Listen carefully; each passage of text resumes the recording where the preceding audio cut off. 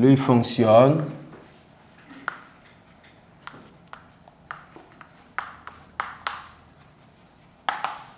comme un appareil photographique.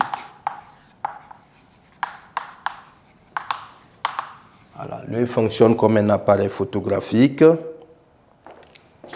mais sa diaphragmation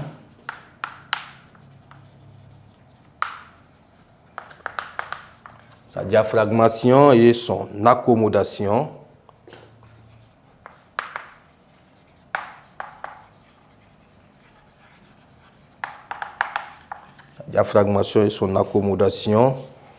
se font automatiquement.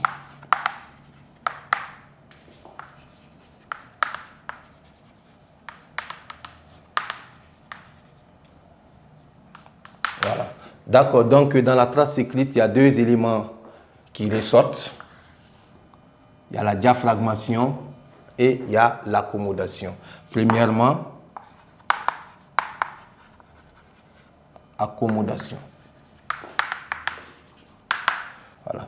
Donc, l'accommodation ici, c'est le fait pour l'œil, lorsqu'un objet est tout près, voilà, la déformation des cristallins pour permettre justement à l'œil de ramener l'image sur la rétine.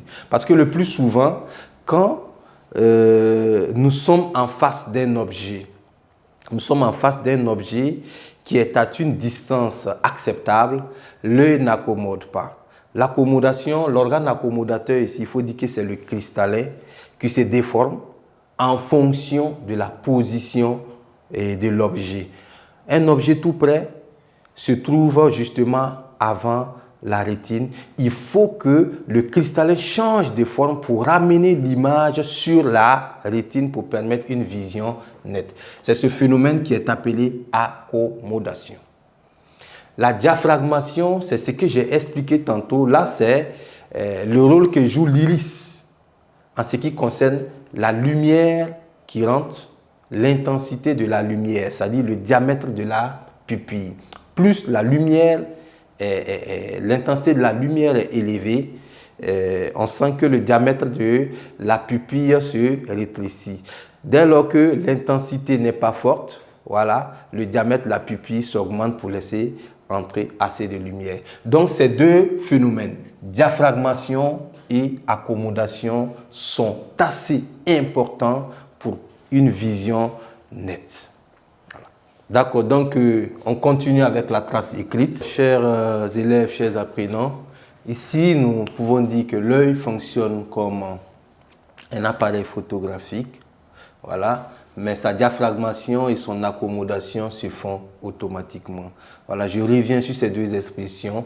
Diaphragmation et accommodation sont des éléments, des phénomènes très importants pour qu'il y ait une vision nette de l'œil. Parce que l'accommodation dit qu'il se fait grâce au cristallin, voilà, qui se bombe pour s'adapter à la vision de près. Voilà. Donc le cristallin ici est l'organe accommodateur.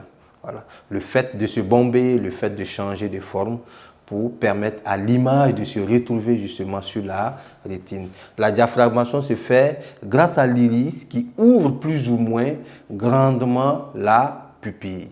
Voilà, qui gère justement le diamètre de la pupille pour également permettre une vision nette.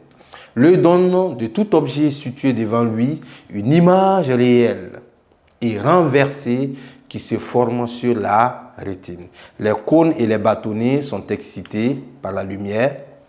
Il naît alors un influx nerveux qui, véhiculé par les neurones bipolaires puis multipolaires, passe par le nerf optique et aboutit au cerveau.